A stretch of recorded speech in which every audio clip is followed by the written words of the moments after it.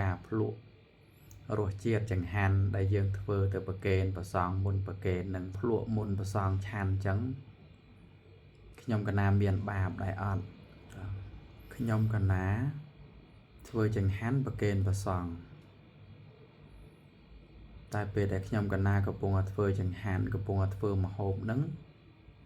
ខ្ញុំកណាភ្លក់ចង្ហាន់ហ្នឹងឲ្យដឹងរសជាតិសាបប្រៃល្មមអំបិលស្ករប៊ីចេងអីចឹងទៅញោមញាតញាតញោមបាទហើយគាត់ថាតើខ្ញុំកណាភ្លក់មុនប្រសងឆាន់ចឹងខ្ញុំកណាមានបាបដែរអត់ញាតញោមធ្លាប់ធ្វើចង្ហាន់ប្រគេនលោកប្រគេនប្រសងប្រហែលជាធ្លាប់ភ្លក់ហើយម្ហូបសម្លចង្ហាន់ហ្នឹងណាបងអញ្ចឹងការភ្លក់រសជាតិ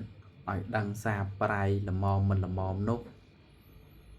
ក្នុងចិត្តក្នុងចេតនារបស់យើងអត់មានការប្រមាថនៅក្នុងការភ្លក់ឬការហូបការញ៉ាំ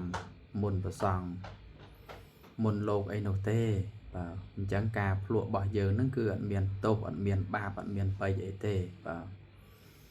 ដូច្នោះទៅមានញោមហ្នឹងគាត់ឆ្ងល់កន្លែងហ្នឹងគាត់ថាតើខ្ញុំកណាបាបដែរអត់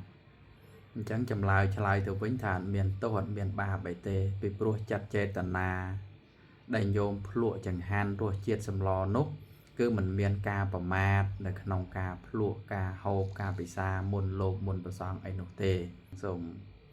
ចម្រើនពរជូនញោមញាតយើងដែលមានចម្ងល់កន្លែងហ្នឹងបើណានឹងចូលរួមចែកម្លែកធម្មទានប៉ុណ្ណឹងប៉ុណ្ណាអនុមោទនា